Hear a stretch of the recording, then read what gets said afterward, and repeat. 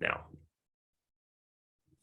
Hello, everyone. Yet once again, it's another day of fresh grace and mercy. This is the Guilt, Grace, Gratitude podcast, where we bridge the gap to Reformed Christian theology for your listening pleasure. And we are sponsored by Logos Bible Software.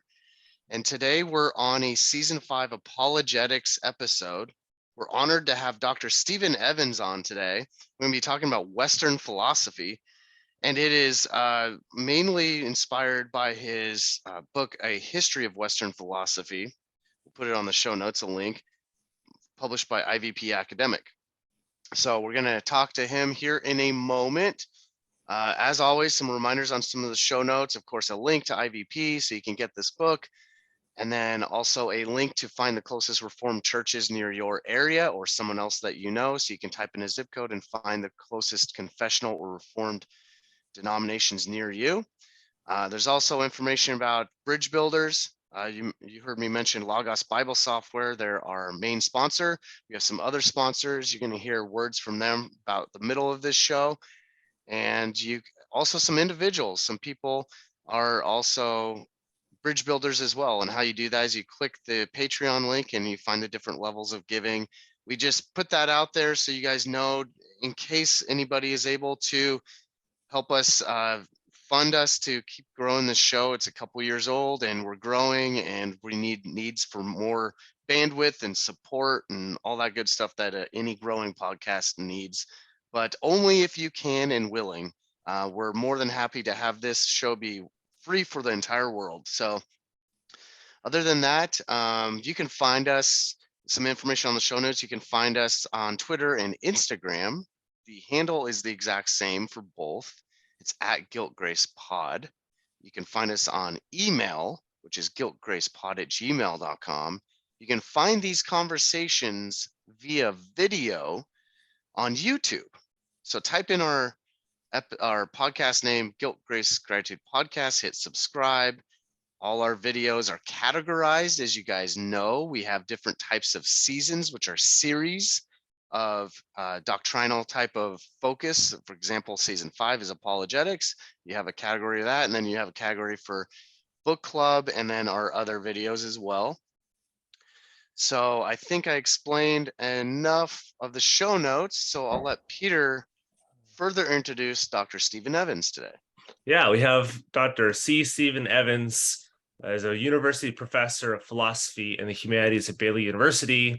He's got a few other appointments that he'll let us know of what he's doing. One that's ending pretty soon, one that he's starting as well. Previously taught in the philosophy departments at Calvin College, St. Olaf, and Wheaton College. Published several books, including Kierkegaard, an introduction, natural science, knowledge of God, a new look at theistic arguments, God and moral obligation, why Christian faith still makes sense, and philosophy of religion. So it's a pleasure having you on to talk about philosophy, Kierkegaard, all these things. Thanks for coming on. Great. It's great to be on. I'm delighted to be part of this conversation. Yeah, absolutely. So those who don't know you, who are maybe hearing you for the first time or maybe reading you for the first time, is like, well, I wonder who this Dr. Evans is. So maybe let our listeners know a little bit about yourself, your background, and your current work and some interests as well. Yeah, I grew up in the South. I grew up in a Baptist church. I went to Wheaton College, and at Wheaton, I encountered philosophy, which I really didn't know what it was at the time. And my very first course, taught by Stuart Hackett, we read a book by Kierkegaard called Purity of Heart is to Will One Thing. And I kind of got enchanted with Kierkegaard. I've been reading him ever since 1965. So it's a long time. Writing about him for probably 50 years now, or maybe something like that. I did a PhD at Yale and taught at a bunch of places, but very interested in the history of philosophy. So this book, in a way, is a culmination of a lot of things in my career. When I studied at Wheaton, I took a course in the history of philosophy from Arthur Holmes, had a big impact. So this book was sort of dedicated to Arthur. And it's not directly apologetics, but I think it does provide a lot of background. It's very helpful for anyone who's interested in apologetics. Yeah, it definitely is. And it's, good overview and Good information about some of these guys, and maybe a little bit more into your study of philosophy in general. So what got you into, you talked about a couple books and some courses that you took, and then why specifically Soren? Because I know you read a book on Soren Kierkegaard, but why specifically Soren Kierkegaard amongst all the other philosophers and everything else that you could have written or researched about? Well, I guess there are a lot of reasons. One is, I think Kierkegaard has a lot to say. He has something to say that's important to the church, even more important in today's world. And he also has something important to say to the secular world. The secular world, I'll start with the second. The secular world has this sort of predominant narrative you hear among unbelieving intellectuals that goes something like this. Well, people used to be sort of credulous and they believed in God and they believed in Christianity. And then during the Enlightenment, we started to learn about science, and biblical scholarship came along, and sort of we couldn't believe the Bible anymore was the word of God. And so now that we have a scientific worldview, Christianity and religion are sort of old hat. And so really we've just become too smart to be religious believers. Kierkegaard directly attacks that whole narrative. He says that the problem, the reason if faith has declined, it's not declined because we've become really intelligent or smart or because we know a lot more than we used to. It has declined because we have become emotional pygmies. We maybe that's an offensive word, but we're just our emotional capacities have atrophied, and it's because not because we're so smart, but because we're, you might say, emotionally so dumb that Christianity no longer makes sense to us. The other thing is that our imaginations also have atrophied. So it's not so much that we are too smart to believe in Christianity as that we don't even really understand it because we have so little imaginative power. So he thinks unlike a lot of apologists who want to sort of man the battlements and say, let's come up and give a lot of more evidence to buttress up Christianity. Kierkegaard thinks that the key to helping make Christianity live in the world is to help people see how it meets human needs, how it connects with our basic human needs and capacities, and also understand exactly how, you might say, beautiful and powerful the Christian story is. And then as far as the church, Kierkegaard is very, very opposed to the idea that was common, and he lived in early 19th century Denmark, which had a state church in those days, still has a state church, in which most people thought, well, oh, of course I'm a Christian, I'm Danish, everybody's a Christian. We're all Christians. It's a Christian country. I live in Christendom. Yeah, like cultural Christianity. Christianity was sort of taken for granted. Yeah. And Kierkegaard felt that that was a big mistake.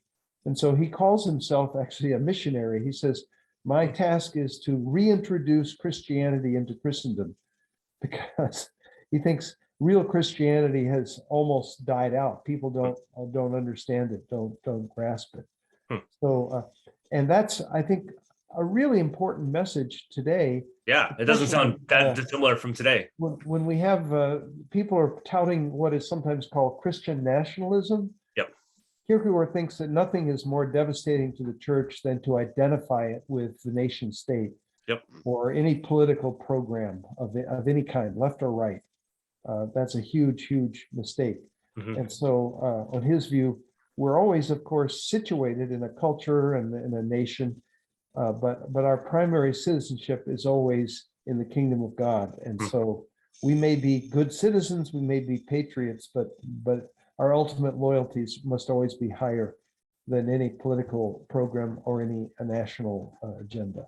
Yeah, I love it. Yeah, before next, because it sounds, since you've done so much study on Kierkegaard, and I haven't read as much, obviously, Kierkegaard as you have, or researched him anywhere near. Does he pull some stuff from Augustine? Does he pull some stuff from like City of God? He doesn't quote Augustine very often, but he is very Augustinian and certainly read Augustine carefully. He owned a complete edition of Augustine's works. Okay. Actually, there's a very fine book on Kierkegaard's relation to Augustine in a series that I edited, and I'm blanking on the name of the author of that. But it's an Erdmann's book. Okay. And it's a really interesting book. Huh. Another book in that series that it's going to come out very soon that I highly recommend is a book by Alan and Andrew Torrance on Kierkegaard's relation to Karl Barth. Okay. An important theological figure in the 20th century. Okay. Gotcha. Particularly, it hits on the whole idea of Barth's response to the Nazis and to what was then kind of Christian nationalism. Yep. And how he drew on Kierkegaard to have the resources. Yeah, because there's the German Christian church at that time, and they were very well tied to the Nazis. Yeah, they were very compromised. Yeah. And awesome. Yeah, that's super helpful. Yeah, I think people may not have read Kierkegaard, but from what you're saying and kind of this in general, it does not sound dissimilar to what we find ourselves today. And I think it's a needed word for kind of our at least our culture in America today, and a lot of the polarity between two parties. One is so tied to the church, and one is tied to the church in a different way. Yeah, let me say one more thing about Kierkegaard. You know, most people who know anything about Kierkegaard, they think of him as, quote, the father of existentialism. Yeah. And when you use that label, you naturally want to think of people like Sartre and Camus. And there's, of course, something true about that. Kierkegaard did influence those 20th century thinkers in many ways, but he's so vastly different from them that the label actually obscures more than it helps. And I myself like to think of Kierkegaard as like Augustine and C.S. Lewis as a kind of Christian Platonist. So I think that's a better label for him than existentialism. I mean, like the existentialist, he does want to say that we as human selves are on a journey, and that the self in some way is something that we have to become or achieve. But on Kierkegaard's view, the self we are supposed to achieve is the self that God created us to be. It's not something we invent ourselves. And so it's a very different narrative. Yeah, there's been a lot of good recent research. I know there's been some older research, but more recent research on Christianity and Platonism and some of the relationship in that too. Yeah, many of my intellectual heroes, like Augustine and C.S. Lewis and Kierkegaard, have a deep Platonic influence, and I think of myself in that category as well. Totally. Yeah, that's good. You mentioned C.S. Lewis, because even when you're talking about Kierkegaard and his view of the Enlightenment and whatnot, it made me think of C.S. Lewis's comment on chronological snobbery, right? So so that's good. And it sounds like Kierkegaard is a two-kingdom type of person. Yeah, Kierkegaard is always making fun of the idea that we have to sort of stay up with the age, or you know, he thinks he just doesn't have any interest in intellectual fashions, you might say. Yeah, neither do I. And like Lewis, he's a real fan of old books. Same here. Yeah, I like reading old stuff. He likes ancient philosophy more than he likes modern philosophy. Totally. Same. I agree with him. We'd all be good friends in the same room. That's good. Yeah, we like reading dead people, which is always good. Yeah, that's right. So for a broad overview, get everyone up to speed. You don't need to get super specific about this answer, but what are the contours of Western philosophy from the pre-Socratic philosophers to the current trek in postmodernism? Yeah, that's probably too big of a question to answer. It's big, Sure. But I guess what I would say is my history of Western philosophy, I try to be completely faithful and honest to all the thinkers, including the non-Christian thinkers, and fair to them in terms of explaining their views in a sympathetic way, because I think that's always, you don't want to set up straw men to knock down. You want to listen to people, and there are things to be learned from non-Christian thinkers. So that's very important. But one of the things that I tried to do in the book is to debunk a certain way of doing the history of philosophy, which you can see in, say, the history of ancient philosophy. ancient philosophy is sometimes depicted as sort of like, well, ancient peoples used to be very religious. They believed in Zeus and the Homeric gods from the Iliad and the Odyssey. And then the philosophers came along and started thinking scientifically about the world. And so we have a sort of a narrative that science replaces religion, and that gives rise to philosophy. And I think that's just historically a false narrative. Yep. It is true that the ancient philosophers are very critical of what we might call a Homeric religion. They're very critical of the stories about the gods that were popular in Greek mythology, but not because they were trying to replace religion with science, say. They're actually interested deeply in what we might call a deeper, truer religion. So Plato and Aristotle are in some ways God-obsessed people. The reason that they're so critical of Homer and the stories about Zeus and Apollo and all that is because they think that those are inadequate views of God. They're doing theology as much as philosophy. Yep. One of the things I try and show is that the history of philosophy and the history of religion and theology are intertwined, and they remain that. And the people who claim that they are sort of neutral or indifferent, that's a mistake. So the history of Western philosophy is deeply shaped by different philosophers' views of God. If you look at, for example, Locke, Locke writes a book, John Locke, The Reasonableness of Christianity, and it's a big part of his life. Kant, who's often regarded as a great critic of religion because Kant criticized some of the proofs of God's existence, Kant himself was very interested in coming up with another account of religious faith. He came up with a moral argument, the belief in God, to replace the arguments that he criticized. So Spinoza, who's sometimes viewed as a kind of atheist hero, God is really the most important concept in Spinoza's philosophy, although Spinoza's God is not a personal God who can interact with humans in the way that the biblical God is. It's simply false to say that Spinoza is an religious thinker or not interested in religious concepts or ideas. So that's a big part of what I try to show is that when philosophers do philosophy, they do it as whole people, and they don't start from some neutral, objective perspective, but they always have religious and, of course, other kinds of ideas and that shape the way they do things. Yeah. Yeah. One quick comment before my question, because it kind of something that you said reminded me of this that I really liked in your book, that you mentioned that just as God is has a covenant with Israel, at the same time he is priming the Greek philosophers for one day the gospel, because the ancient Greek philosophers are searching for meaning and all that stuff. And then by the time Paul comes and explains the gospel to them, they've already been looking in their heart and mind for the gospel. They just didn't know it. Yeah, I believe that myself. It's a controversial claim, of course. And not all the early Christian thinkers thought this way.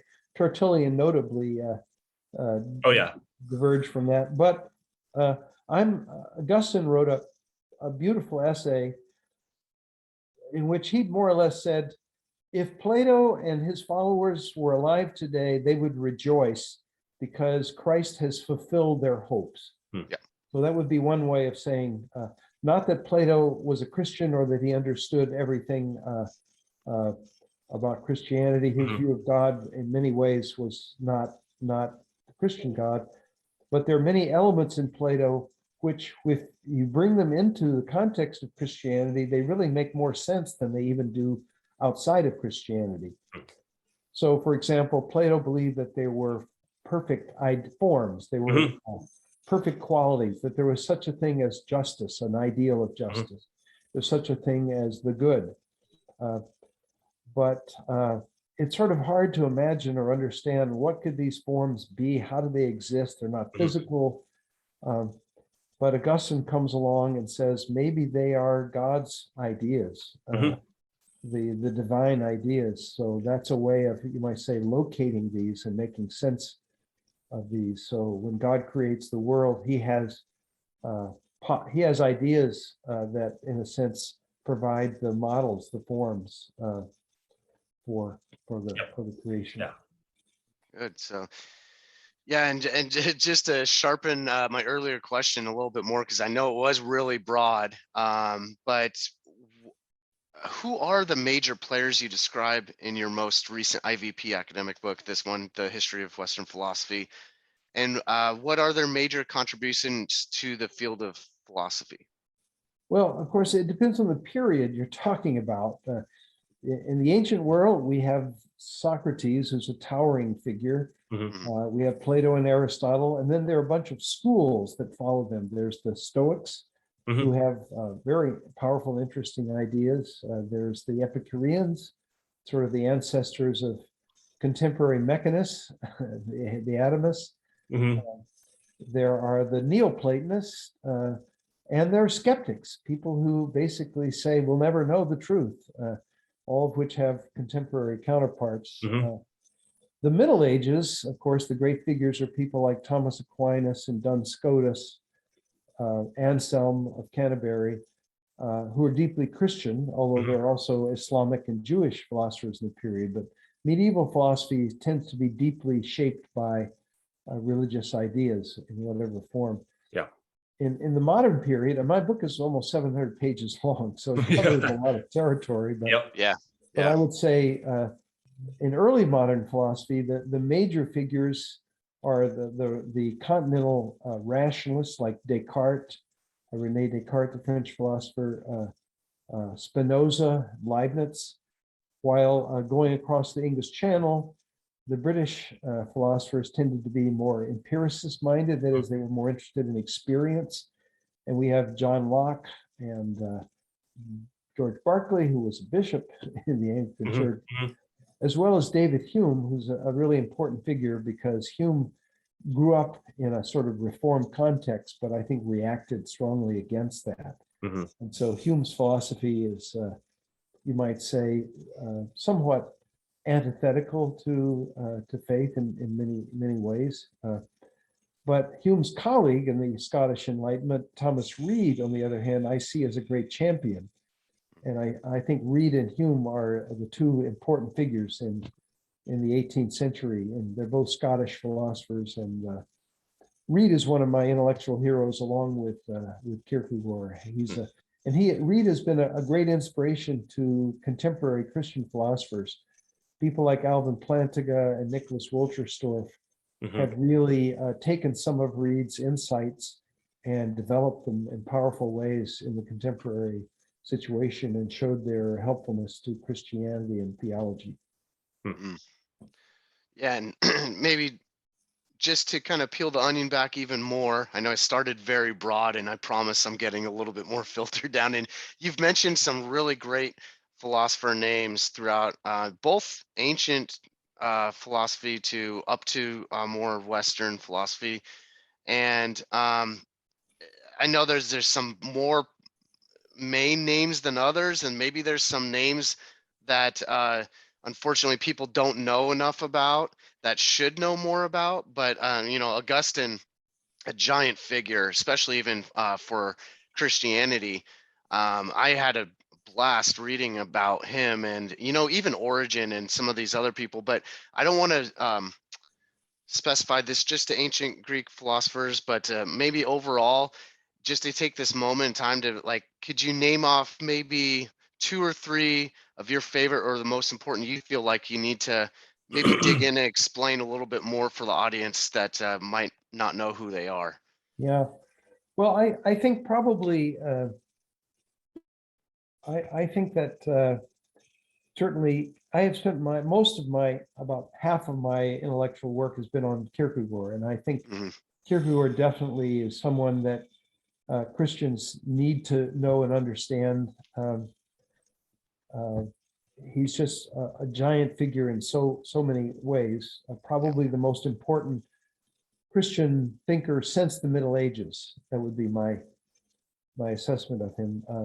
He was Lutheran, not not classically reformed. However, there are many elements in Kierkegaard's thought that resonate with reformed thinking. For example, one thing he is a big element in his thought is what I call his perspectival view. Mhm. He's constantly trying to show that there's a deep contrast between distinctively Christian biblical views of things and what he would call the way the worldly mind thinks about it. It's very similar to what someone like Abraham Kuyper would call the antithesis. I was about to say, it sounds Kuyperian.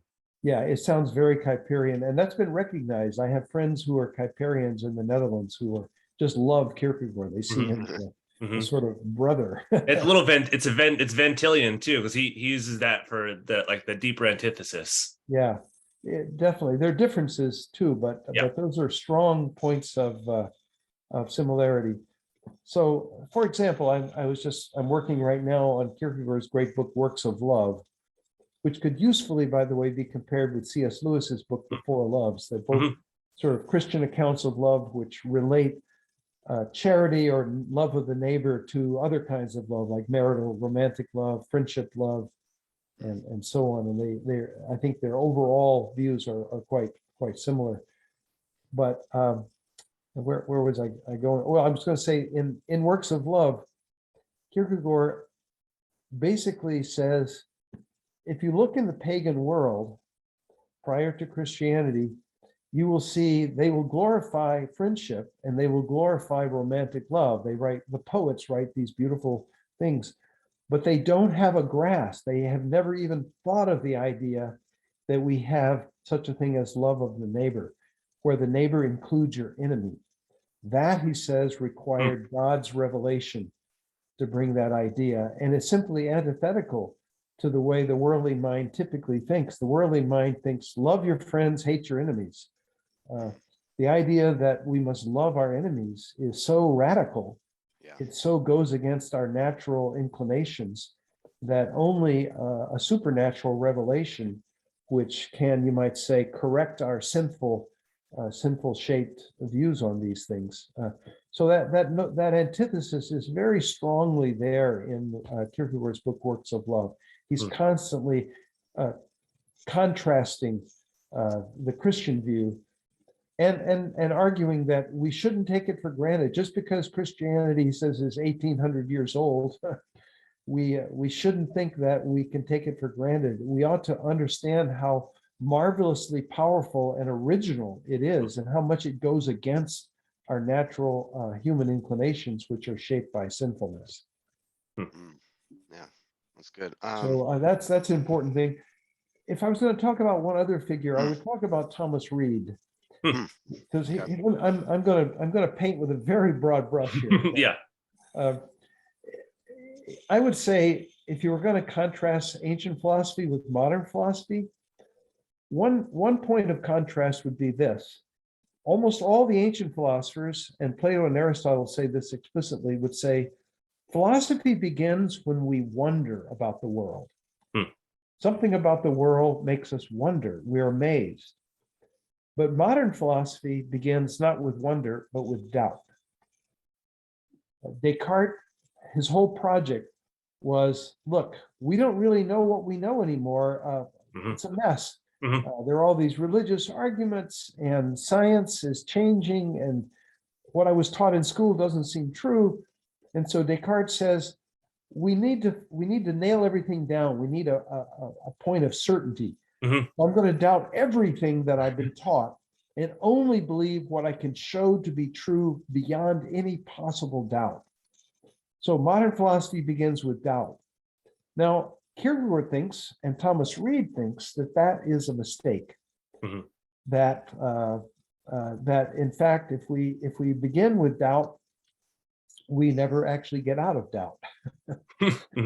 Kierkegaard thought the idea of doubting everything you believe is actually impossible. But it's a good thing it's impossible, because if you succeeded, you would never overcome your doubt. You'd be caught in a morass of skepticism. And one of the things that Reid's philosophy is sometimes called the philosophy of common sense.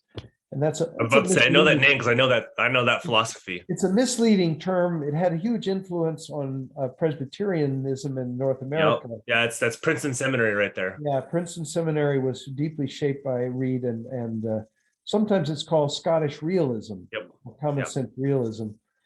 But basically, Reid says something like what Kierkegaard says, that if we really want to make progress in coming to know things, we have to start not with doubt, but with faith.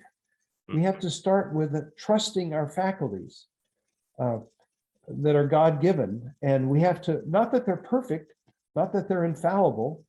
And in fact, he rejects the whole idea that we have to have some sort of perfection in our faculties that will allow us to eliminate the possibility of mistakes. So one of the things that I appreciate about both Reid and Kierkegaard is that they come to terms with our finitude, and Kierkegaard especially also comes to terms with our sinfulness. Yep. But without becoming skeptics or despairing of our ability to grasp the truth. So I think they provide us with a kind of model of how we can have, you might say, a theological stance which is humble, shows a certain intellectual humility, but does not succumb to despair or skepticism or giving up of objective truth, but still enables us to hold on to convictions. And you do mention in your book, I just got done reading it before the recording, and it even ties to some of Augustine was talking about how faith, truth, and knowledge are, relating to each other as well. Yeah, it's a very big theme in Augustine. He says, I believe so that I may understand. Faith seeking understanding.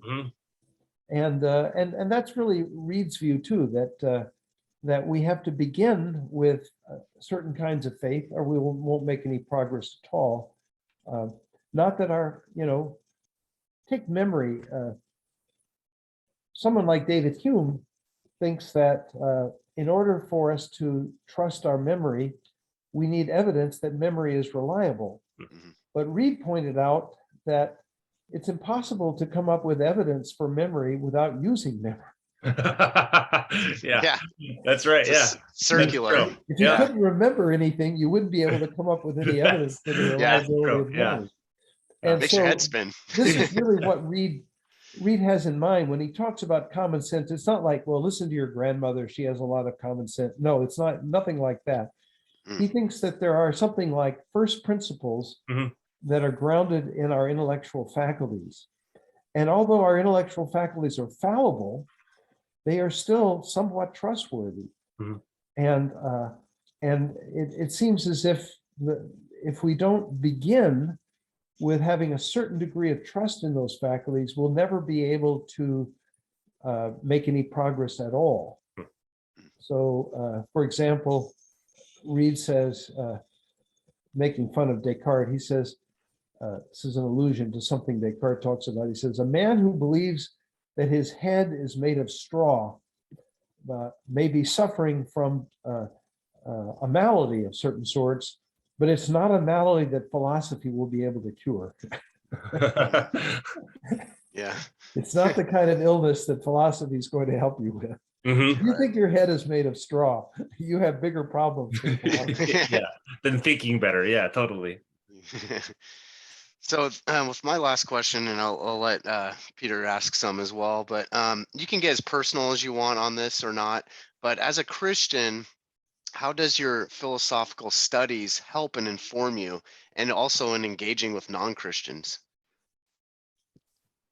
Oh, well, I think as a Christian, I want to say that ultimately faith is not something made possible by philosophy.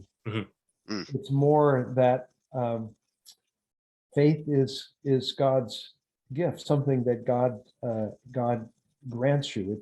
That's a classically reformed claim. It's not a human achievement. It's not something that we can create on our own. So when Immanuel Kant writes a book called Religion Within the Limits of Reason Alone, Mhm. he may be talking about religion, but he's not talking about Christian faith, because Christian faith is not something that is the product of human reason. And that's a big theme in Kierkegaard and a big theme in, I think, all the important Christian thinkers. So, but what can philosophy do? Well, philosophy can, at the very least, I think, help inoculate us against certain kinds of objections or doubts or problems that might worry us. And it's important to see, for example, I think ultimately, if you ask how do I come to know that the New Testament, let's say, gives me a truthful account of the way things are and the truthful view of Jesus and who Jesus is, I don't think that's something that can be based primarily simply on historical biblical scholarship. I think ultimately the internal witness of the Spirit plays a huge role. But I think historical biblical scholarship can play a nice role if someone says, well, I can prove that the Bible is just a human book, or I can show that it's full of gross errors and so on. I think biblical scholarship can block those kinds of attacks, can show that they are unfounded. So I would say the same thing about philosophy that I would say about biblical scholarship, that I think it can, and it can also, I'll put it this way, very often unbelievers take the standpoint that somehow religious faith is something very risky. On their view, this is the picture that I often get when I'm talking with atheist philosophers. They say, well, look, you and I, we all believe in stars, and we believe in animals and plants, and we believe in the earth and the sun, and so on. And then you believe in something more. You believe in this being called God. It's like you've added one more thing to your ontology, or your view of the universe. And from the non-believer's point of view, this is like believing in fairies or believing in Santa Claus. And they say the burden of proof is entirely on you. You have this one additional thing. Why would you believe in it? Well, I think there are good reasons to believe in God. I think we can show how God makes sense of the world. But the most important thing to say is there's no special burden of proof here, because everyone has a sort of metaphysical view, a view of reality. So the naturalist or the materialist who thinks that there's just physical stuff and it's just there and there's no explanation for it, that's a metaphysical view, and it has all kinds of problematic points of view. So I think philosophy helps us see that the burden of proof is not simply on the religious believer, that the religious believer through philosophy can raise questions and doubts and show weak points in the non-believer's worldview that show that we're in a sense having a conversation where it's not as if they're on a secure standpoint, and the religious believer is somehow has a very risky standpoint. I hope that makes sense. Yeah, that does. Yeah. So last two questions. The last one's a lot easier. This one's not hard, but just is there any common you've kind of teased this out a little bit. Is there any common threads from kind of Homeric to like or from Homeric to like Greek, like Greco-Roman to medieval? Like, is there a common thread philosophically that we can see? And then how does this relate to potentially our own faith and what the Bible says? And is there like anything that's similar that we can engage with? So is there a common thread within kind of the history of this Western philosophy? Well, I don't know. I mean, one thing is I see the history of philosophy as a kind of continued conversation where they're between a sort of a naturalistic view, which often shows itself in ethics in terms of the good life is just the life in which we enjoy sensual pleasures or hedonism. There's idealism that says, no, the physical world is not all there is. There's a higher spiritual reality of various kinds. And then there's the theistic view. Seems to me that you have a kind of conversation going on. You can see that in the ancient world. You can see it in the modern world too. In a way, the conversation never ends because no one party can, so to speak, carry the day. I think that shows that the issues are not totally intellectual in nature. That in many ways, the most important question I would ask someone who doesn't believe in God is not, why don't you believe in God, but do you wish that there were a God? If there were a God, would you be happy about that? Because I think that, in my mind, the world with the God in it is immeasurably a better world, a richer world, a deeper world. Even the problem of evil, if there's a God, of course, there are many questions. Why does God allow evil and suffering? And I don't have the answers to those questions or claim to have the answers. But I would say this, that if there's a God, we may hope that evil will be defeated, that there will be a meaning, that there will be a purpose. If there's no God, we still have all the evil we had before, but now we have no hope. We have no. You're faced with the same question, but you have a slightly different endpoint. But we have a very different endpoint. So I would say, and I think Kierkegaard would say this too, that in many ways the most important question is, if you really can see the beauty and goodness of God, and you want God to be there, then you will find a way, it seems to me, eventually. Although, like C.S. Lewis and like Kierkegaard, I'm inclined to think that some people only find the truth after death. Yeah. Kierkegaard has a funny comment in one of his latest books. He's talking about contemporary Europe, and he says, what Europe needs is a new Socrates. He says, we need a new Socrates to get rid of some of the bad philosophy around. He says, now I'm well aware that Socrates was not a Christian. And then he has in parentheses, although I'm convinced he has long since become one. Yeah. That's a good way. Yeah, I like that. Yeah, that's awesome. So we'll conclude the same way you conclude this book, with your conclusions to some lessons from the history of Western philosophy. So what should we learn? Like, what do you talk about in this chapter for what we should learn from the history of Western philosophy? Well, in the last chapter, one of the points I make is that there's a big contrast that you can see between the philosophy of modern philosophers tend to be what are called classical foundationalists. They're obsessed with epistemology or theory of knowledge, and they're strongly devoted to the idea that we need some sort of absolute foundation of certainty.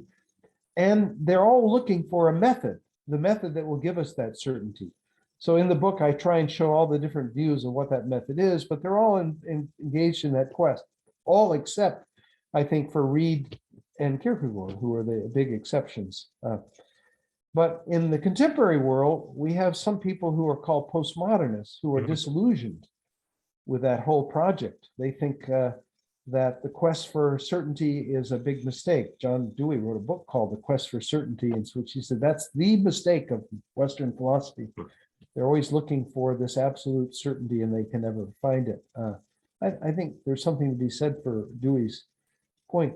The problem is that at least some of the people who then come to that insight give up altogether on objective truth. And they instead say, well, philosophy is just a power game, or it's just it's identity politics, and truth claims are just ways of trying to impose your will on other people and things like that. I think that the Christian can find a way to have a more humble and modest view of our human capacities, but still hold on to the idea that there is objective truth, that even though our grasp of that truth isn't perfect, and we're probably going to make mistakes. We can trust that what we need to know and what's important to know, that God will help us to know. So we have enough through our human capacities, and ultimately through the revelation that God has given us in Christ. So that's really that's the main thing I would want to say, is that there's a way of you might say threading the needle between the classical foundationalism that we see in the Enlightenment and the more skeptical despair that sometimes you see. Richard Rorty, before he died, quipped at one point, "The truth is what your friends will let you get away with saying." Well, that's a pretty low view of truth. Yeah, You better have the right friends. that's right. Yeah. That's the case. Something I've always thought that was really interesting too, just popped in my head. Is even the man who killed Jesus, Pontius Pilate, asked him, "What is truth?" Yeah, It's true. Yep. Yeah. yeah. Yeah. So Dr. Evans, thank you so much for coming on, for both talking about your book and philosophy in general, and all these different philosophers, and using research to help us out and help our listeners. It's been a pleasure having you on. I don't know if there's anything you want to end on Well, with, or I'll lastly just say something about truth. Kierkegaard is famous for having said truth is subjectivity.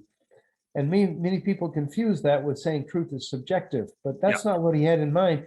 He actually was thinking of Jesus when Jesus says, "I am the truth." And what Kierkegaard is saying is but he's that the subject. Yeah. Jesus doesn't just teach us the truth, he is the truth. He embodies the truth in the way he lived. And for Kierkegaard, the way we lived is shaped by our subjectivity, by who we love, what we love. And Jesus provides the model for true subjectivity in that sense. So anyway, that's a little Kierkegaard lesson there. Yeah. No, that's great. Yeah. John 14:6. Yeah. Yeah. No, well, yeah. Thank you so much, Dr. Evans. It's been a pleasure having you on, talking about your book, and yeah, hope all goes well, and that you heal up quick from your injury. I'm healing up been a from pleasure having you on. double knee operation. So Yeah. well, thanks for having me. I've enjoyed talking with both of you, and wish you all the best. Yep. Thank Thank you. you. All right. God bless.